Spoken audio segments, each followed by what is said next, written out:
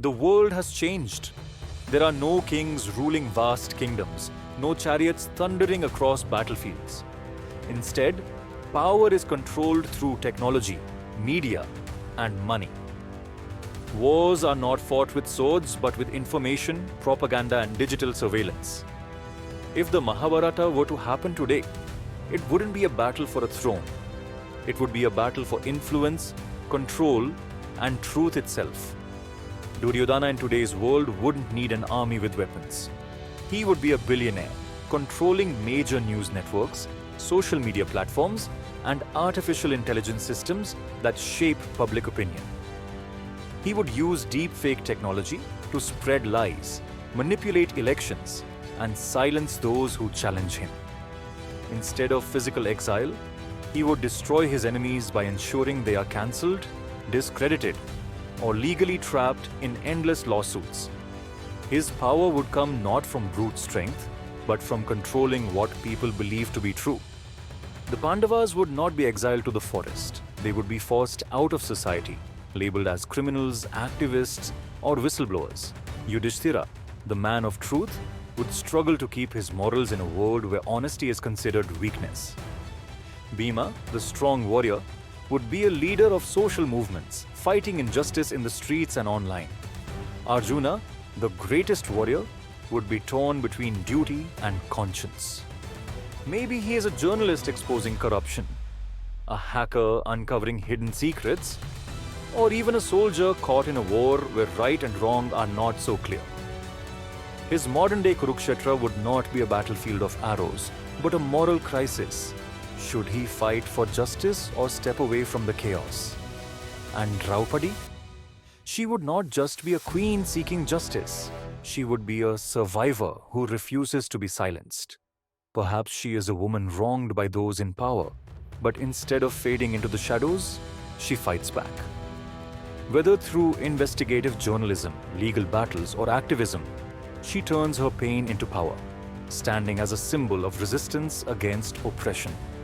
Karna would be a self-made entrepreneur or rising actor, struggling to carve out a space in an industry that favors lineage over talent. Coming from a marginalized background, he has had to fight twice as hard for every opportunity, facing rejection not because of his ability, but because of where he comes from.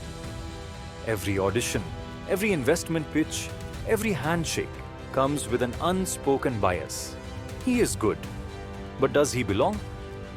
Despite his relentless efforts, the doors of the elite remain closed. He refuses to give up, proving his worth through sheer determination.